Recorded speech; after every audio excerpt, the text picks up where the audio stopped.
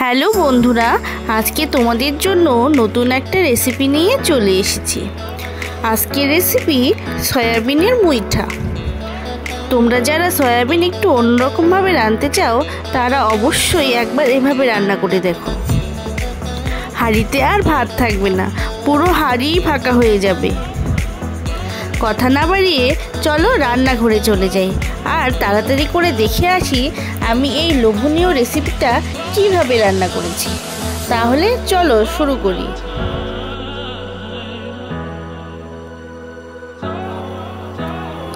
প্রথমে সয়াবিনগুলোকে গরম জলে ভাপিয়ে নেব।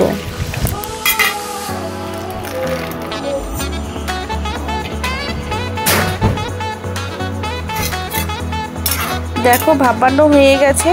এরপর অন্য একটা পাত্রে তুলে নেব।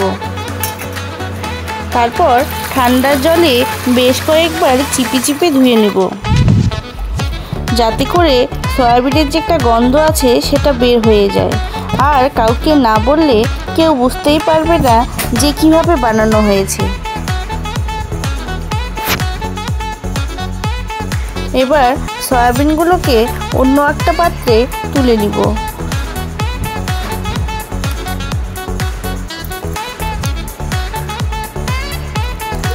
তারপর একটা মিক্সিতে পেস্ট করে নিব।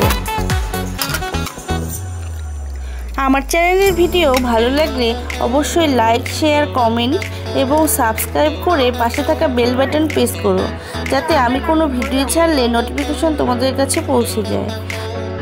আর যাদের বাড়িতে মিক্সার গ্রাইন্ডার নেই তারা শিলনোড়ায় বেটেও মুইঠা বানাতে পারো।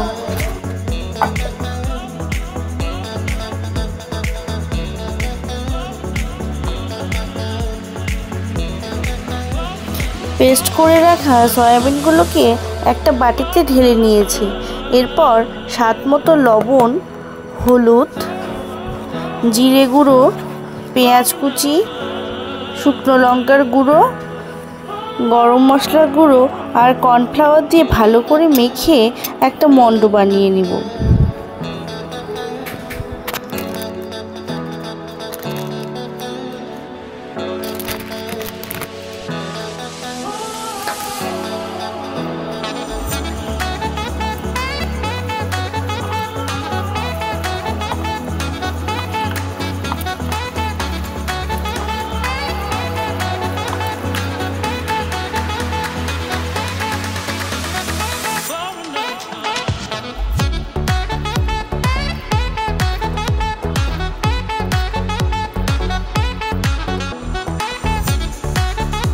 এরপর লম্বা লম্বা করে মুইঠার আকারে সবগুলো বানিয়ে নিব। দেখো কি সুন্দর লাগছে দেখতে।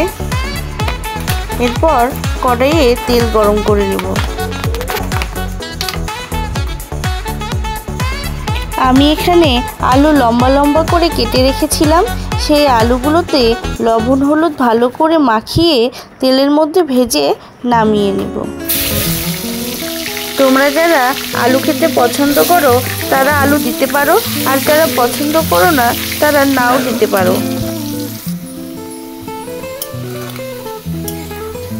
আলু ভাজা প্রায় হয়ে গেছে।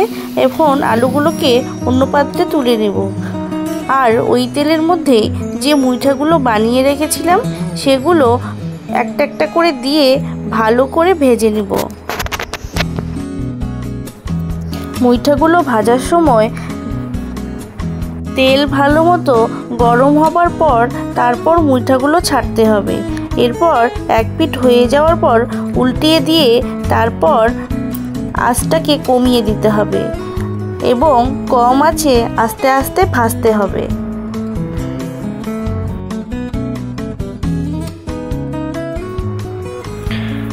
দেখো সুন্দর একটা কালার চলে এসেছে আর ভাজাও হয়ে গেছে। এগুলো এখন নামিয়ে নিব। তোমরা চাইলে এরকম চপের আকারে করেও ব্রেড ক্রাম্বসে মেখে ভেজেও খেতে পারো সস লাগিয়ে।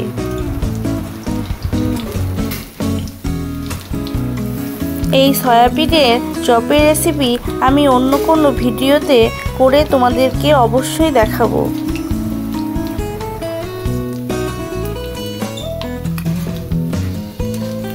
মুইঠাগুলো ভাজা হয়ে গেছে, একটা অন্য পাত্রে নামিয়ে নিব। দেখো কি সুন্দর লাগছে। এখন ওই তেলেই ফোড়নে তেজপাতা, শুকনো লঙ্কা দিয়ে একটু নেড়ে তারপর গোটা গরম মশলা ফোড়নে দিব।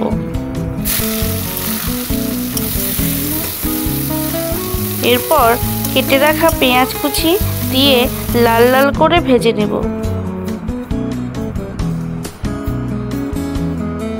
এরপর দিয়ে দেব গোটা জিরে, যাতে ফ্লেভারটা সুন্দর আসে।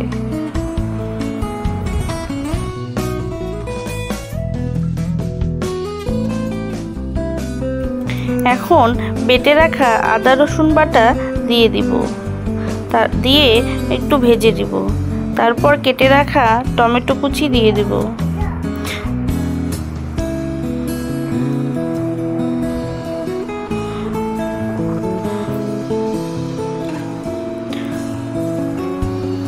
এখন স্বাদ মতো লবণ, হলুদ দিয়ে নেড়ে নিব।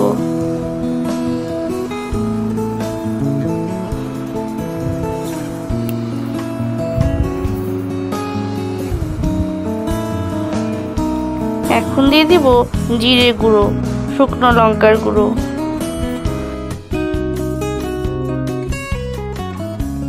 এরপর ভেজে রাখা আলু দিয়ে দিব, দিয়ে একসঙ্গে সবকিছু কষিয়ে নেব। যেহেতু কড়াইতে একটু লেগে যাচ্ছে, তাই 1 কাপের মতো জল দিয়ে দিব, দিয়ে মশলাটাকে তুলে দিব। তারপর ভালো করে নেড়ে নেব।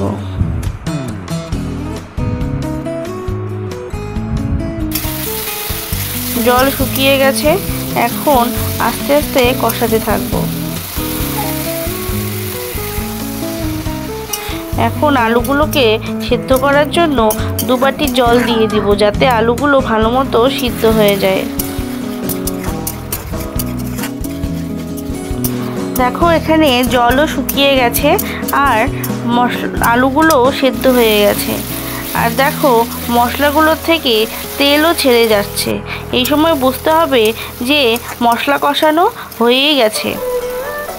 এখন পরিমাণ মতো জল দিতে হবে।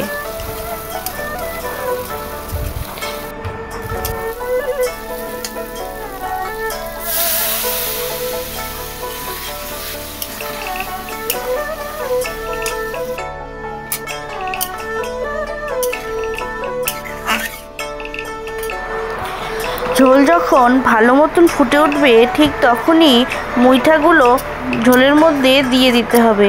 দেখো ঝোল ভালো মতো ফুটেই উঠেছে আর উপর থেকে সুন্দর তেল ছাড়ছে। এই সময় দিয়ে ভালো করে নেড়েচেড়ে উপর থেকে গরম মশলা ও ঘি ছড়িয়ে নামিয়ে নিব।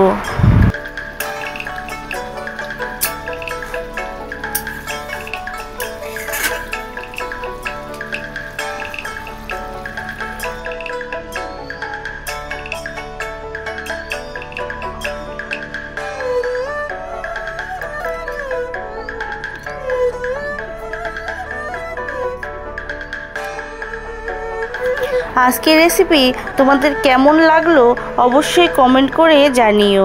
আমার সঙ্গে এতক্ষণ থাকার জন্য তোমাদের সবাইকে ধন্যবাদ।